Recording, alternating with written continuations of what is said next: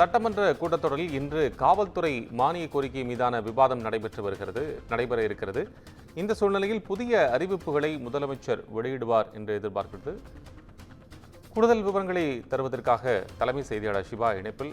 சிவா, இன்னைக்கு ரொம்ப குறிப்பான காவல்துறை மானிய கோரிக்கையில் முதலமைச்சர் அவருடைய துறை சார்ந்து பல்வேறு விஷயங்களை அறிவிப்பு வெளியிடுறார். நீங்கள் ஏற்கனவே பேசியிருந்தோம்.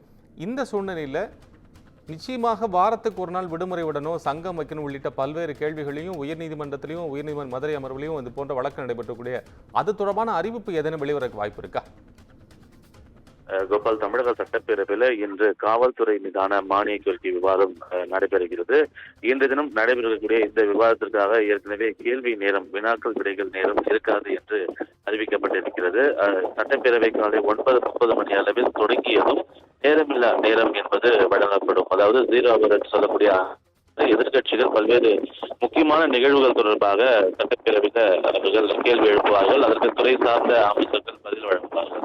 அந்த அடிப்படையில நேரமில்லா நேரத்தில் எதிர்கட்சிகள் முக்கிய பிரச்சனை தொடர்பாக எழுப்பிய பிறகு இன்றைய தினம் சட்டப்பேரவையில் எதிர்கட்சி தலைவருடைய உரைதான் மிக முக்கியமாக இருக்கும். ஏன்னால் காவல்துறை மானிய கோரிக்கை என்பது முதலமைச்சர் துறையாக இருக்கக்கூடிய நிலையில முதலமைச்சருடைய பதிலுரை என்பது நாளைய தினம் இடம்பெறும். நாளைய தினம் இடம்பெறக்கூடிய அந்த பதிலுரை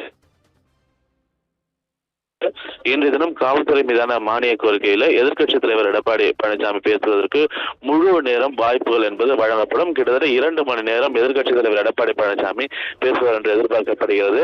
சட்டம் ஒழுங்கு மட்டுமல்லாமல் அனைத்து துறைகளிலும் இருக்கக்கூடிய பல்வேறு முக்கிய பிரச்சனைகள் தொடர்பாக அவர் முதலமைச்சருடைய கவனத்திற்கு கொண்டு வருவார். குறிப்பாக சட்டம் ஒழுங்கு, அதே போன்று போதை புழக்கத்தினுடைய கலாச்சாரம், கள்ளச்சாராயம் உள்ளிட்ட பல்வேறு விவகாரம் தொடர்பாக எதிர்க்கட்சி தலைவர் எடப்பாடி பழனிசாமி சட்டப்பேரவையில் இன்றைய தினம் உரையாற்ற இருக்கிறார். எனவே அவருடைய உரைக்கு பிறகு இன்றைய சட்டப்பேரவை கூட்டத்தொடர் ஒத்திவைக்கப்படும். நாளை தினம்தான் முதலமைச்சர் மு.க.ஸ்டாலின் தன்னுடைய காவல்துறை மீதான மானிய கோரிக்கை விவாதத்தில் பதிலுரையும் துறை சார்ந்த அறிவிப்புகளையும் வழங்க இருக்கிறார். எனவே இன்றைய தினம் நடைபெறக்கூடிய இந்த மானிய கோரிக்கை என்பது மிகவும் முக்கியத்துவம் வாய்ந்தது. அனைத்து துறைகளையும் ஒருங்கிணைத்து எதிர்க்கட்சி தலைவர் பேசும்போது அதற்கு பதிலளிக்கக்கூடிய வகையில் நாளை தினம் முதலமைச்சர் பேசுவார் என்ற ஒரு எதிர்பார்ப்புடன் இன்றைய சட்டப்பேரவை கூட்டத்தொடர் தொடங்க இருக்கின்றது. கோபால், விவரங்களுக்கு நன்றி சிவா.